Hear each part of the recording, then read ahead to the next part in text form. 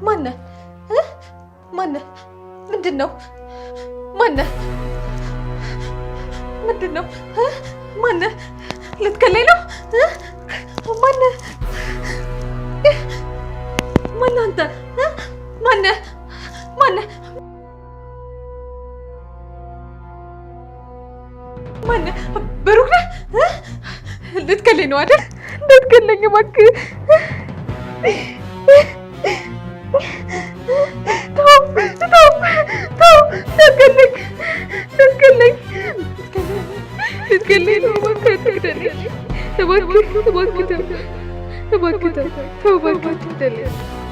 የምስራቹን ሙሉ ከሆነ ያኔ እንወስናለን። ምንም ችግር የለውም።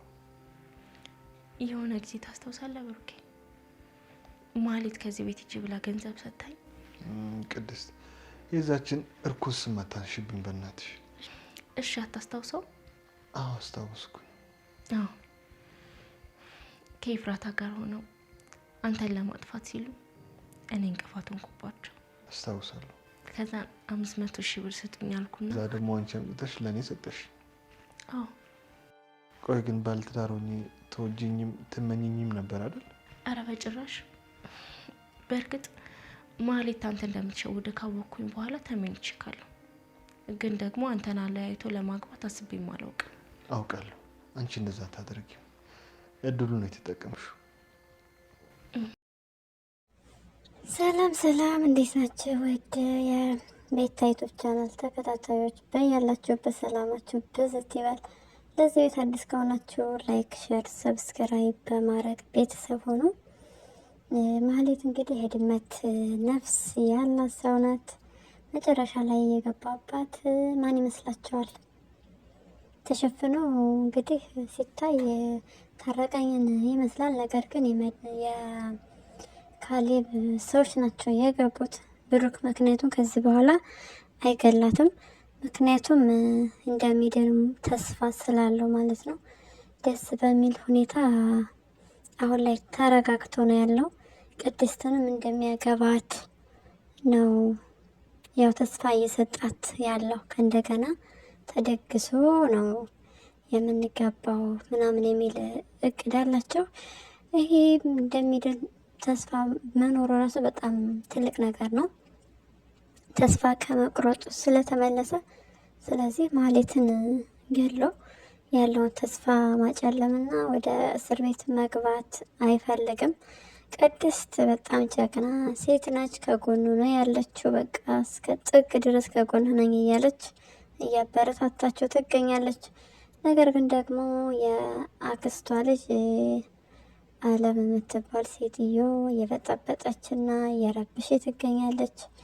አለምዬ እስካሁን የሰራሽው ነገር ሁሉ ተንኮል አልተሳካልሽም። ብሩክ ማህሌትን ገሎ እስር ቤት እንዲገባ፣ ቅድስት ደግሞ ከዚህ ቤት እንድትወጣ አድርጋ ነበረ። አልተሳካላትም። አስባችሁታል? ብሩክ እንዲገድላት ለብሩክ የማህሌትን ቤት ስትናገር የእውነት በጣም በቃ ክፉ ነገር ነው። ይሄ በጣም ክፉ ነገር ነው። ታረቀኝና መድብል አንድ ላይ ሆነዋል፣ ተስማምተዋል። ይሄን ደግሞ እያየች ነው። እስካሁን አታውቅም ነበረ። ከዚህ በኋላ ካሌብ ከተገናኝታ ለካሌብ ትናገራለች ወይስ ተጸጽታና ጸባይዋን አሳምራ ኑሮዋን ትኖራለች የሚለውን እስኪ ኮሜንት ላይ ጻፉልኝ። ማሂ ብዙ ጊዜ እድል ተሰጥቷት ያልተጠቀመችበት ሴት ነች፣ በሚያሳዝን ሁኔታ ማለት ነው። ከዚህ በኋላ ግን በእርግጠኛነት ምንም ነገር እንደማታደርግ ነው ተስፋ የምናደርገው። እየተጸጸተች እንደሆነ አይተናል። እንግዲህ ከክፋቷ በቃ ብዛት ቤቷ እንኳ ራሱ አዳፍተር ነዶባታል።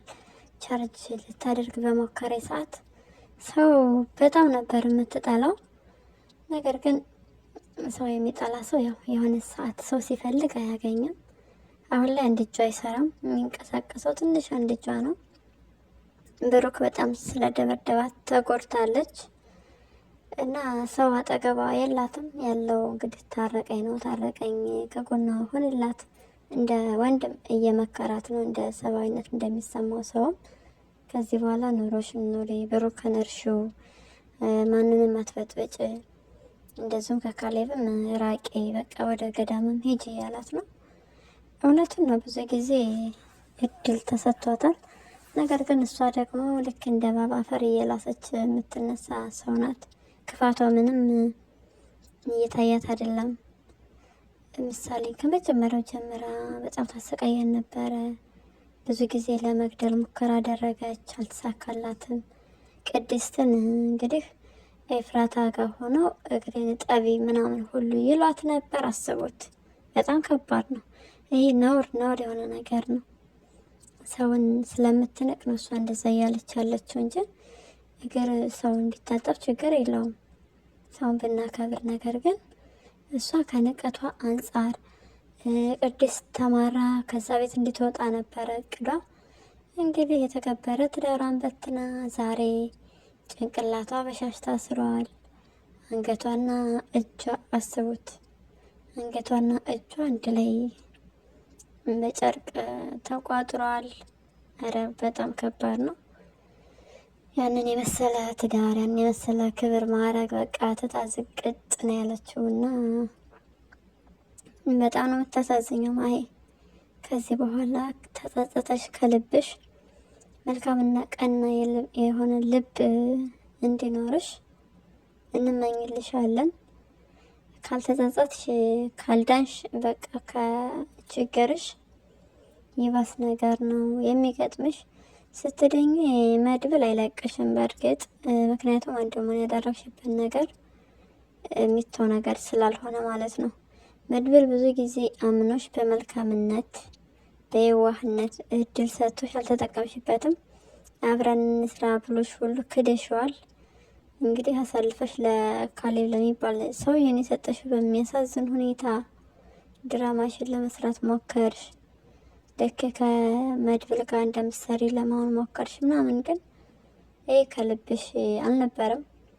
ከልብሽ ብትጸጸች እና ይቅርታ ምናምን ነገር ከልብሽ ብትጠይቂ የእውነት ቢያንስ እንደዚህ አይነት ችግር ጉዳት አይደርስብሽም ነበር። ግን አሁንም ቢሆን በጭራሽ መድብል አይፋታሽም እስክትድኝ ድረስ እንጂ ያደረግሽው ነገር ቀላል ስላልሆነ ወንድሙን በሰርጉ በደስታቸው ቀን እንደዛ አደረግሽ። ከዛ ደግሞ መድኃኒት እኔ ጋር አለ እኔ አድነዋለሁ ብለሽ ያደረግሽውን ነገር ተመልከች። ጭራሽ ባስ የሚያሳምን መድኃኒት ነው የሰጠሽው። ቁሞ እንዲሄድ እንዲንቀሳቀስ ቢሆንም በቃ ለወንድ ልጅ ደግሞ እንደዛ አይነት በሽታ ካለ በጣም ከባድ ነው መኖሩ ምናምን ትርጉም ነው የሚያጣበት። ስለዚህ በብሩክም ፍርድ የለውም እንደዛ ቢደበድብሽም። ሴትን የሚያከብር ሴት ልጅ ላይ እጁን የማያነሳ ወንድ ነበረ ብሩክ። ግን አስገደድሽው፣ በጣም አስገደድሽው። ጥይት ራሱ ተኩሶ ያው እንደገደለሽ ነው የሚቆጠረው። ምክንያቱም በጣም ተስፋ ስለቆረጠ በጣም በቃ ስለተፈታተንሽው ትዕግስቱን ስላስጨረሽው ነው። እና ይሄ በቃ አንቺ ጠፍተሽ ሰው መጥፋት ነው የሆነው ስራሽ። በጣም ያሳዝናል። እህትሽ ኤፍራታ አሁን ላይ የለችም። በፊት ትዳርሽ እንዲፈርስ እሷም ትገፋፋሽ ነበረ። ተይ ብላ ልትቆጣሽ አልቻለችም። ነገር ግን መርዞ ደላላውን እሱን ጠፍሳ እንግዲህ ተሰውራለች። የተሰወረችው በአንቺ ምክንያት ነው። አንቺ የምትሻሻይና የምትስተካከይ እህቷ ስላልሆንሽ አስቢው እንግዲህ። ጀግና ነች ኤፍራታ። በነገራችን ላይ መራቅ ስለነበረባት ርቃለች። መጠጊያ በሆነችሽ ፋንታ አንቺ ግን ስለ ባሏ ማውራት ፈለግሽ። ባሏን ታጣጣያለሽ፣ ትንቂዋለሽ። እሱ ጋር እንድትፋታ ምንም እንደማይሰራላት ነው የምትነግሪያት። አርግዛለች፣ የልጇ አባት ነው። ምንም ቢሆን በዛ ልክ በእነሱ መካከል መግባት የለብሽም። መርዙ ደግሞ ኤፍራታን ለማስደሰት እንግዲህ የቻለውን ነገር ሁሉ የሚያደርግ ሰው ነው። ቀልዱ እንዳለ ሆኖ ቀልዱ እንግዲህ እንጨት ይላል ቀልድ ምናምን እያለ ትናደድበታለች ኤፍራታ። የኤፍራታ ቀለበት እንግዲህ አልዋጠችውም። እሱ ሰርፕራይዝ ያደረጋት ፈለገ በዛ መልክ። ነገር ግን ይዛው ነበረ፣ አውቃ ነው እንደዛ ስትል የነበረው። ፖፖ ሁሉ እኮ ነው ሲያመጣላት የነበረው። መርዞ በሳንቲም ቀልድ የለም። መርዞ ደላላው በሳንቲም አይደራደርም። ነገር ግን ኤፍራታ ጀግና ነች። ለወደፊት እሱ ጋር መኖር ትፈልግ ነበረ። የእውነትም በቃ አፍቅረው ነበረ፣ ተቀብለው ነበረ። ሊጠይቃት ሲመጣ ከኪሱ ብር ትሰርቀው ነበር። ነገር ግን ቢሆንም እሱ ጋር ያረገዘችው እሱን ስለምታፈቅረው እና ስለምትወደው ስለተማመነችበት ነው። መርዞም ቢሆን የቻለውን ነገር ከማድረግ ወደ ኋላ አላለም። ጥብስ አማረኝ፣ ክትፎ አማረኝ ስትል የሚያምራትን ነገር ሁሉ እያደረገላት ነበር ያለው። ነገር ግን መጨረሻ ላይ ተጣልተዋል። ከተጣሉ በኋላም ቢታረቁ ይበልጥ ደግሞ ማህሌት የራሷን ትዳር ፈታ የሰውን ትዳር ደግሞ ለማፋታት ፑሽ ፑሽ ትል ነበር፣ ታበረታታት ነበር። እሱም ጋር ሰጣ ገባ ይጣሉ ይነጋገሩ ነበር። ያው የማህሌትን ሚስጥር እንዳያወጣ ብር ተቀበለ ከማህሌት። በሱ ብር ነው እሷ ጋር በወሰደው ብር ነው ቀለበት የገዛው ለሚስቱና ብቻ በዛም በዝም ብሎ ሚስቱን ለማስደሰት የሚጥር ወንድ ነበረ። ኤፍራታ ብልጥ ሆነች። በትዳሯ ላይ ማህሌትን ማስገባት አልፈለገችም። እንደውም በቃ ጥፋትሽ አንቺ ነሽ፣ ያንቺ ነው ጥፋቱ፣ ከጓደኛው ጋር ትተኛ ነበር ትላታለች። ትዳሯን በገዛቸው እንዳፈረሰ ትነግራታለች። እንደዛም ሁሉ ሲሆን ማለት አንቺም ጭምራለሽበት ለእኔ ትዳር መፍረስ እያለች በቃ ሌባ ሲሰርቅ ይስማማል፣ ሲካፈል ይጣላል እንደሚባለው ነበር የሆኑት። ሞገስና ማሄ ግንኙነት እንዳላቸው ያወቀች ኤፍራታም አብራ ተኝታለች። ሞገስ ምንም እንደማያደርጋት ቃል ገብቶ ነበረ። ነገር ግን ወደ ሮማቸው ከገቡ በኋላ የተፈጠረው ነገር በጣም ሌላ ነው። እሷ ግን እሱን ለመቅረጽ ምናምን ብዙ ነገር ለማድረግ ሞከረች። ይሄ የማህሌት ሀሳብ ነው፣ አልተሳካላትም። በቃ ማሂ በሄደችበት ሁሉ ክፋትን ብቻ ነው የምታደርገው። መጨረሻዋ እንደዚህ ሆኗል። እንግዲህ ከካሌብ ሰዎች እንዳተርፍሽ ፈጣሪ እንመኝልሻለን። ነገር ግን ከዚህ በኋላ በጣም በቃ የተሻሻለች የተረጋጋችና ስብዕና ያላት ሴት ሆነሽ እንደምናይሽ ምንም ጥርጥር የለውም። ይህንን ካላደረግሽ ከዚህ በኋላ ባለው ጊዜያቶች ከዚህ በለጠ የከፋ ነገር ነው የሚገጥምሽ። መድብልና አለምስ ይፋቀራሉ ወይስ አይፋቀሩም? መድብል አለምን ምን እያላት ነው? ምሳሌና ዳጣ ስለ አለም ያወራሉ። ከዛ ደግሞ ይቀባበላሉ፣ ወሬ ያናድዷታል። አሁን ይባስ ደግሞ ብላ ወደ መድብል ክፍል ሄዳ ልተኛ ወይ ያለችው ነው። መድብል ማወጣጣት ስለሚፈልግ እቅዷን ሀሳቧን ነይ ግቢ ምናምን ብሏታል። ነገር ግን በጣም ነው የሚንቃት፣ በጣም ነው የሚጸየፋት። ሲጀመር በቅሎ ያላት ነበረ በባለፈው ክፍል ምሳሌ ጋር በቅሎ ናት ምናምን እያለው ሙድ እየያዘባት ነበረ። ከበቅሎም በላይ በቅሎ ናት። ምክንያቱም በሰው ትዳር መግባቷ በራሱ በቅሎ ሊያስብላት ይችላል። ምሳሌ ጠልታታለች፣ አትወዳትም። አሁን ላይ አባቷን ለምሳሌ ጥሩ ሰው መሆን እንደሌለባት ነው የሚነግራት፣ ክፉ ከሆኑ ሰዎች እንድትርቅ ብቻ በቃ በጣም ስለተጎዳ ብሩኬ ልጁን መልካም ስብዕና አስይዞ ነበረ ያሳደጋት። ነገር ግን ደግሞ እድሜ ለክፉ ሰዎች ማህሌትና አለም በጣም ክፉ ስለሆኑ አለምም ከማህሌት የማትሻል ተንኮለኛና ሴረኛ ስለሆነች በዛ ምክንያት በጣም ስለተጎዳ በቃ መልካምነት አይጠቅምም ብሎ ነው የሚያስበው። ያው ያጋጥማል እንግዲህ። ብሩኬ ተረጋጋ፣ ትድናለህ። ድናህ ደግሞ ሰርግህን በስነ ስርዓት እንደምትፈጽም ምንም ጥርጥር የለውም። ዋናው ነገር የሚፈለገው በቃ መዳንና መዳንህ ነው። ሰርግም ባይሰረግም ከቅድስትዬ ጋር በህጋዊ መልኩ እንግዲህ በ10 ጣት ፈርመህ ወደ አዲሱ የትዳር ህይወት እንድትገባ ነው የምንመኝልህ።